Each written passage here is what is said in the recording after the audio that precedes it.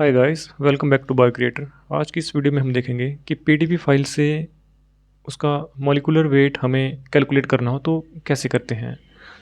तो सबसे पहले हम rcsb.org पे आ गए हैं। यहाँ से हम अपने इंटरेस्ट की जो है पीडीबी फाइल को डाउनलोड कर लेंगे। मैंने यहाँ पे 1 AKI एंटर करा है और मैं इसको सर्च के लिए जैसे ही प्रेस करा तो 1 AKI हमारे पास आ चुके हैं। यहाँ मैं क्लिक करता हूँ। इस फाइल को हम डाउनलोड करेंगे अभी और मैं इस कोड को आपको एक्सप्लेन करने के लिए जुपिटर लैब में एक्सप्लेन करूँगा। उसके बाद मैं एक सिंपल टेक्स्ट एडिटर में उस कोड को डाल के सेव करूँगा, फिर बताऊँगा कि टर्मिनल से कैसे रन करते हैं इस कोड को, क्योंकि अभी तक तो हम जुपिटर के ऊपर ही सारा काम कर रहे थे। तो आज हम ये भी देखेंगे कि नॉर्मल टेक्स्ट एडिटर में कैसे काम करता है। ये हमारी फ़ाइल है। यहाँ पे डाउनलोड्स में हम जाएंगे तो हमें पीडीबी फॉर्मेट में इसे डाउनलोड करना है। जैसे मैं इसको डाउनलोड करता हूँ, डाउनलोड स्टार्टेड आ गया है। तो हमारी जो फाइल है वो डाउनलोड्स में आ चुकी होगी अभी। CD downloads ls*pdb। इसमें आप कंफ्यूज मत होइए कि क्या हो रहा है। ये हमें बता रहा है कि मेरे पास डाउनलोड्स में कौन कौन सी पीडीबीज हैं। तो 1 AKI नाम की पीडीबी हमारे पास है। ये है 1 AKI नाम की पीडीबी। इसको मैं टर्मिनल से एक बार रीड करके देखता हूँ या gedit करके, यानी कि इसको टेक्स्ट एडिटर में ओपन करके इसको देखता हूँ। 1AKI.pdb। जैसे मैंने इसको रन किया है तो आप देख सकते हैं ये हमारी पीडीबी फाइल है जिसमें कि बहुत सारा डेटा है हमारे पास कि किस मेथड से इसको एक्सट्रैक्ट करा गया है, इसका स्ट्रक्चर कैसे निकाला गया है। यहाँ पे एक्सरे का यूज़ हुआ है, इसमें NMR का यूज़ नहीं हुआ है। तो आज का ट्यूटोरियल पीडीबी फाइल को एक्सप्लेन करने के लिए तो है नहीं। हमें चाहिए कि इसका मॉलिक्यूलर वेट कितना होगा इस प्रोटीन का जो मैंने अभी डाउनलोड किया है। तो हमारी प्रोटीन जो है उसका स्ट्रक्चर यहाँ से शुरू होता है, यहाँ से। और हम जिस चीज़ में इंटरेस्टेड हैं वो है उसका मॉलिक्यूलर वेट। तो एटम्स जो है, एटम्स को एक्सप्लेन करता है उस पीडीबी स्ट्रक्चर में। यहाँ पे हमारे पास नाइट्रोजन है, फिर कार्बन है, ये अल्फ़ा कार्बन है, फिर एक और कार्बन है, ऑक्सीजन है, कार्बन ये जो चेन में कार्बन होते हैं उस तरह के हैं, फिर नाइट्रोजन। नाइट्रोजन ये जो सारे हैं ना, ये जो फर्स्ट लेटर है यहाँ पे, ये सब हमें एटम के बारे में बता रहा है कि कौन सा एटम है। तो इन एटम का जितना मॉलिक्यूलर वेट होगा उसको अगर हम सम कर देते हैं तो हमारे पास पूरे प्रोटीन का मॉलिक्यूलर वेट आ जाएगा। तो अभी के लिए मैं ये सारी पीडीबी फाइल एक्सप्लेन नहीं कर रहा हूँ क्योंकि ये हमारा ट्यूटोरियल नहीं है। आज हम देखने वाले हैं कि कैलकुलेट कैसे करना है मॉलिक्यूलर वेट को। तो अब मैं चलता हूँ अपने कोड पर। इस फाइल को हमने डाउनलोड कर चुके हैं और यहाँ पे हम कोड करना शुरू करेंगे। बाद में मैं इसको रन करके बताऊँगा सिंपल टेक्स्ट एडिटर पे भी। तो इसके लिए हमें पहले तो अपनी फ़ाइल को ओपन करना पड़ेगा। तो मैं एक वेरिएबल में इसको रीड करा लेता हूँ पहले, और ओपन फंक्शन का यूज़ करते हुए हम फाइल्स को ओपन करते हैं। तो जैसा कि हमें पता है कि इसमें 2 आर्गुमेंट्स रहते हैं। पहला जो आर्गुमेंट है वो होती है हमारी पूरा पाथ या फाइल का नाम, और दूसरा होता है मोड कि कौन से मोड क्या है हमारा, रीड करना चाहते हैं कि राइट या अपेंड। तो यहाँ पे हम पाथ देंगे। पाथ में मैं अपना पूरा पाथ दे रहा हूँ फाइल का।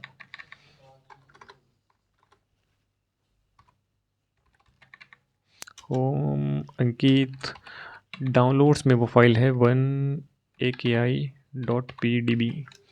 तो ये हमारी फ़ाइल जो है इस वेरिएबल के अंदर आ जाएगी अभी। और जब ये रीड हो जाएगी तो मैं चाहूँगा कि एक एक करके सारी लाइंस को रीड कराना है। मैं आपको बताता हूँ कि एक एक करके कैसे होता है।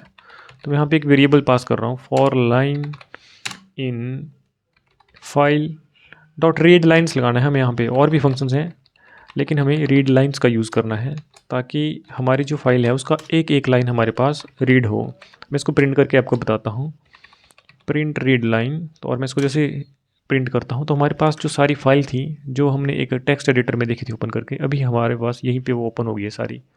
और हमारे जो एटम्स हैं वो यहाँ से स्टार्ट हो चुके हैं कि ये हमारा एटम नंबर 1 है, ये एटम नंबर 2 है, 3 है, और ये सारे एटम्स जो है लाइसिन के हैं। उसके बाद कोई और एमिनो एसिड आएगा हमारे पास। तो ये फाइल तो ओपन हो गई है लेकिन ये एक लाइन आई हमारे पास, फिर एक स्पेस आया, फिर लाइन आई, फिर स्पेस आया। हमें ये स्पेस नहीं चाहिए। इसको रिमूव करने के लिए हमें आर स्ट्रिप मेथड का यूज़ करना पड़ता है। R strip. इसको मैं अब रन करके बताऊं तो ये देखिए अब हमारे पास से वो स्पेस गायब है। सारी लाइनें एक के साथ एक के बाद एक कनेक्टेड हैं, मतलब बीच में स्पेस नहीं है कोई भी। तो रीड लाइन्स होना चाहिए, यहाँ पे लाइन नहीं होगा तो फिर गलत होगा। लाइन का कुछ और मतलब होता है, हम रीड लाइन्स कर रहे हैं ताकि जितनी भी लाइनें हैं इस फाइल में वो एक एक करके रीड हो, एक एक करके लाइन नाम की वेरिएबल में वो आ जाए, फिर वो प्रिंट हो।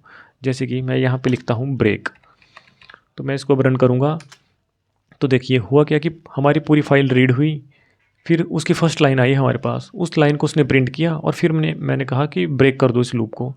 तो एक ही बार हमारी जो फर्स्ट लाइन थी ना सिर्फ वही रीड हुई और उसके बाद कोड ही हमारा जो लूप है वो ये ब्रेक हो गई फॉर लूप। तो इसलिए हमारे पास सिर्फ एक लाइन हुई है, लेकिन हमें एक नहीं चाहिए, हमें तो सारी चाहिए। तो अब हमें क्या करना है कि हमें सिर्फ इसको मैं कमेंट कर देता हूँ ना, अभी हमें चाहिए कि जहाँ एटम लिखा हुआ है सिर्फ वही हमें वही लाइन्स प्रिंट करानी है। जैसे कि मैंने आपको यहाँ पे बताया ये हमारी फाइल है, तो एटम जो है इसकी इंडेक्सिंग देखेंगे ना, ये 0 है, ये 1 है, ये 2 है और ये 3 है। तो 0 से लेके थर्ड इंडेक्स तक हमें चाहिए। तो इसको करने के लिए हमें यहाँ पे लिखना पड़ेगा इफ़ जो हमारी लाइन है उसका 0 से थर्ड नहीं लिखेंगे, हम थर्ड लिखूँगा तो एक्सक्लूड हो जाएगा, यानी कि 4 लिखना पड़ेगा, फोर्थ एक्सक्लूड हो जाएगा और थर्ड तक रहेगा। अब देखिए ये होती है इंडेक्सिंग, जिसको कि मैं अपने बेसिक पाइथन की जो सीरीज़ है उसमें एक्सप्लेन कर चुका हूँ कि इंडेक्सिंग कैसे काम करती है। मैं वहाँ पे इफ़ कंडीशन को भी कर चुका हूँ एक्सप्लेन और फॉर लूप को भी एक्सप्लेन कर चुका हूँ। और ये फाइल हैंडलिंग कैसे होती है इस पे भी एक सेपरेट वीडियो है। अगर वो आपको क्लियर नहीं है तब आपको यहाँ पे दिक्कत आएगी। तो अगर हमारा 0 से 4 का जो इंडेक्स है वो है एटम, ATOM कैपिटल लेटर्स में एटम, तभी मैं चाहूँगा कि ये जो मैंने प्रिंट का स्टेटमेंट दिया था ना यहाँ पे, इसको मैं कॉपी कर लेता हूँ और यहाँ पे पेस्ट कर देता हूँ कि अब हमारे लाइंस वही रीड हों जहाँ पे एटम हो। देखो अभी तो सब कुछ ही रीड हो रहा था, हेडर या जितनी भी इंफॉर्मेशन थी। अब मैं इसको रन करके बताता हूँ। ये देखिए सारी फाइल हमारी रीड हो चुकी है, यहाँ से लेके यहाँ से लेके, यानी कि इस लाइन से पहले भी हमारे पास डेटा था, लेकिन अभी हमने कंडीशन दे दी कि अगर हमारी जो ये जो लाइन स्टार्ट हो रही है, एक एक करके लाइन स्टार्ट हो रही है ना, इसका 0 to 4 यानी कि 0, 1, 2 और 3 का इंडेक्स जो है वो आ जाता है हमारे पास, वो मैच होता है इस एटम के साथ जो कि हमने लिखा है यहाँ पे, तभी लाइन को प्रिंट कराओ। यानी कि हमने अपनी फाइल को ना एक तरीके से फ़िल्टर कर दिया है कि जहाँ पे एटम है वही लाइन्स आएंगी, बाकी नहीं आएंगी। तो अब मैं इसको भी कमेंट कर देता हूँ क्योंकि एक और कंडीशन अब हमें चाहिए यहाँ पे। तो इफ़ के अंदर एक और कंडीशन, प्रॉपर इंडेंटेशन का ध्यान रखें हमेशा। अगर हमारी लाइन जो है उसका करैक्टर, अभी देखिए हमें चाहिए एटम का जो एक 1 लेटर कोड है ना यहाँ पे, क्योंकि इसी से हम मॉलिक्यूलर वेट कैलकुलेट कर पाएंगे। तो ये कितनी दूरी पे है, 0, 1, 2, 3, 4, 5, 6, 7, 8, 9, 10, 11, 12, 13, 13 है ये, 13 नंबर का इंडेक्स है ये। तो हमें यहाँ पे लिखना पड़ेगा 13:14। अब 13:14 ही क्यों लिखना पड़ रहा है, क्या रीज़न है इसका, 14 क्यों लगाना पड़ रहा है? तो मैं फिर से कह रहा हूँ कि मैं इंडेक्सिंग करा चुका हूँ आपको अपनी बेसिक सीरीज़ में, वहाँ से पता होगा तो आप इसको समझ पा रहे होंगे, नहीं तो आपको वीडियोस बेसिक देखनी चाहिए। अब मैं यहाँ पे जो है अपना एटम का नाम देता हूँ कि अगर मुझे n मिलता है तो अब हमें मॉलिक्यूलर वेट जो कि हमने वेरिएबल दिया नहीं है, मैं ऊपर पास करता हूँ। मॉलिक्यूलर वेट जो है हमारा मोल वेट प्लस 14 कर दूंगा। 14 का मतलब का देखिए कार्बन, नाइट्रोजन और ऑक्सीजन, यानी कि 6, 7 नंबर है इसका एटॉमिक नंबर नाइट्रोजन का, और 14 होता है इसका अप्रॉक्सीमेट 14 होता है इसका मॉलिक्यूलर वेट। तो मोल वेट नाम का एक वेरिएबल हमें पास करना पड़ेगा शुरुआत में, जिसकी वैल्यू हम 0 सेट करेंगे ताकि हमारा जो वेरिएबल है उसको पता लग पाए कि मैं एक कि मेरे अंदर स्टोर क्या होगा, नंबर्स स्टोर होंगे या कोई डिक्शनरी या कोई लिस्ट। हम चाहते हैं कि नंबर हो, इंटीजर जो है वो इसके अंदर स्टोर हो, इसलिए हमने इसको यहाँ पे पास कर दिया है। अब मैं क्या करता हूँ कि देखो मैं इस कोड को ना यहाँ तक फिर से एक बार एक्सप्लेन कर देता हूँ कि ये हमारी फ़ाइल थी। तो ये फ़ाइल जो है यहाँ पे रीड लाइन्स का फंक्शन यूज़ करते हुए पूरी की पूरी फ़ाइल जो थी वो लाइन करके रीड हो जाएगी इस रीड फंक्शन के साथ। फिर फॉर लूप का क्योंकि हम यूज़ कर रहे हैं, तो जो फर्स्ट लाइन होगी ना इस तरीके से, वो आ जाएगी इस लाइन के अंदर। फिर वो जो फर्स्ट लाइन होगी उसको हम रीड करेंगे आगे। हमारी जो फर्स्ट लाइन थी कोड में वो कुछ और थी। एटम तो तब आया जब हमने यहाँ पे यूज़ किया हुआ है। तो हमारी फर्स्ट लाइन जो कोई भी थी ना, उसको हमने रीड कर लिया। फिर हमने कहा कि अगर हमारा जो लाइन है उसका 0 to 4 इंडेक्स, यानी कि 0 1 2 और 3, 0 to 3rd इंडेक्स आ जाता है फोर्थ को एक्सक्लूड करते हुए, वो जो है एटम के बराबर होता है। यानी कि यहाँ पे एटम ही तो लिखा हुआ है इन लाइंस में, शुरुआत में सभी जगह पे एटम है, एक एक करके सारी लाइंस रीड होंगी। तो तभी हमारे कोड को आगे प्रोसीड करो।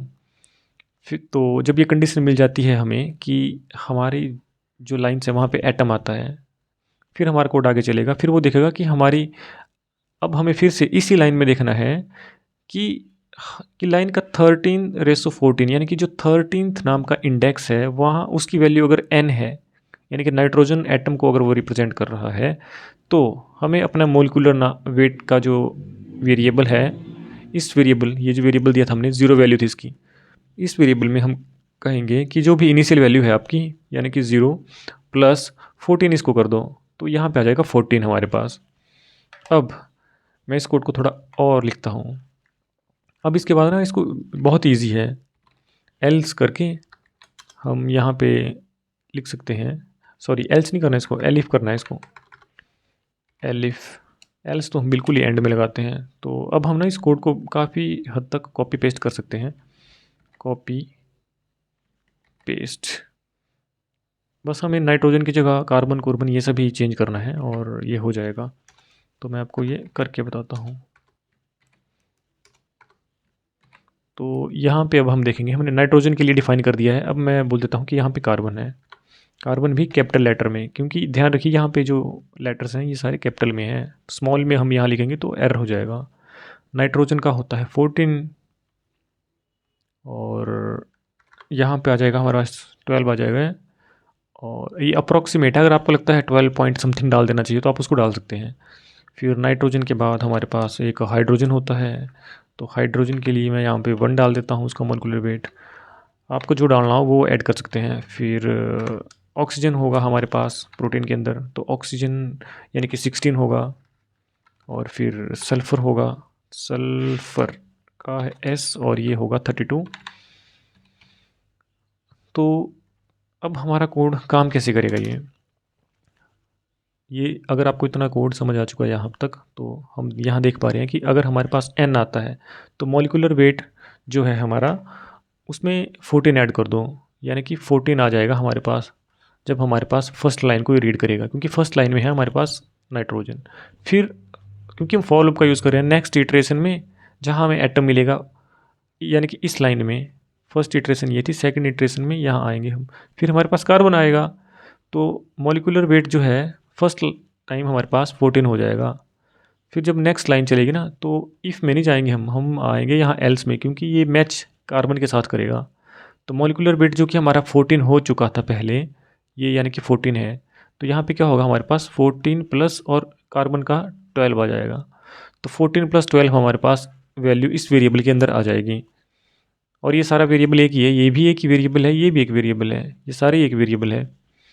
फिर क्या होगा 14, उसके बाद हमारे पास नेक्स्ट में कोड चलेगा, तो फिर से यहाँ पे कार्बन है हमारे पास। तो हमारे पास 14 था, फिर 12 का प्लस आ गया, फिर हमारे पास आ जाएगा इसमें एक और 12 आ जाएगा, क्योंकि कार्बन है यहाँ पे। फिर अगली इटरेशन होगी तो हमें ये कोड पास होगा पास होगा पास होगा और यहाँ पे पहुँचेगा। यहाँ पे क्योंकि ऑक्सीजन से मैच हो जाएगा तो इसमें फिर 16 ऐड हो जाएगा। इस तरीके से हमारे पास जितना भी ये हमारा कोड है, जितनी भी हमारी ये पीडीबी फाइल की लाइंस हैं, ये सारी लाइंस, जितने भी थाउजेंड्स ऑफ एटम है इसमें, ये देखिए ये सभी लाइंस को एक एक करके मैच करेगा, एक एक करके मैच करेगा, और सभी को जो है उनका सभी का सम करके इस वेरिएबल के अंदर पास कर देगा। ये सारा वेरिएबल एक ही है। फिर हम एंड में यहाँ प्रिंट करा सकते हैं।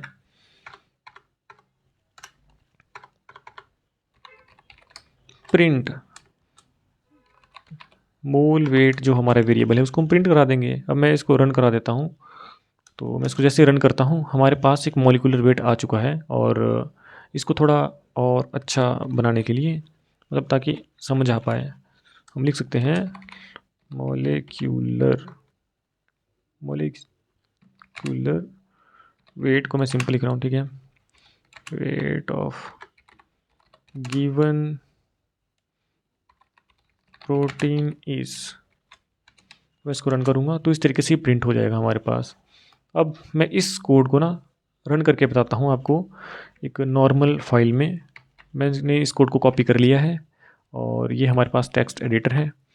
तो यहाँ पे मैं एक नया फाइल ओपन कर देता हूँ, इसको मैं रन कर, यहाँ पे मैंने इसको पेस्ट कर दिया हुआ है। अब मैं इस फाइल को ना सेव कर देता हूँ। सेव करने के लिए पूछ रहा है कहाँ करना है, तो लीजिए मैं इसको यहीं पे कर देता हूँ डाउनलोड्स में molve.py। तो हमारे पास जो है कोड सेव हो चुका है हमारा। और gedit को मैं क्लोज़ कर देता हूँ। अब मैं यहाँ पे देखूँगा ls करके star.py कितनी फाइल्स हैं मेरे पास जो पाइथन की हैं। हमने जो अभी क्रिएट किया है वो है molvet, ये वाली फाइल। तो मैं इसको रन करके बताता हूँ python3 mol_vet। अब मैं इसको रन किया तो इस फाइल ने, ये सेम फाइल थी हमारी पीडीबी फाइल का, जो जितना मॉलिक्यूलर वेट है उसको कैलकुलेट करके दे दिया है। और आपको अगर यूनिट यहाँ कन्वर्जन करना हो मॉलिक्यूलर वेट का तो आप उस मतलब मल्टीप्लाई जो सिंपल मैथमेटिक्स होती है उसको यहाँ पे लगा सकते हैं। अगर आप इस कोड को कर रहे हैं मॉलिक्यूलर वेट को तो इतना तो आपको आ जाना चाहिए कि कैसे यूनिट कन्वर्जन किया जाता है। जैसे कि सेंटीमीटर से मीटर या किलोमीटर में कन्वर्ट करना हो तो कैसे, तो इस तरीके से आप इस यूनिट को भी ये जो एटॉमिक मास में होता है इसको भी आप कन्वर्ट कर सकते हैं अपने अकॉर्डिंग। तो आज के लिए इतना ही। आप इस वीडियो को लाइक शेयर और सब्सक्राइब ज़रूर करें। Thank you.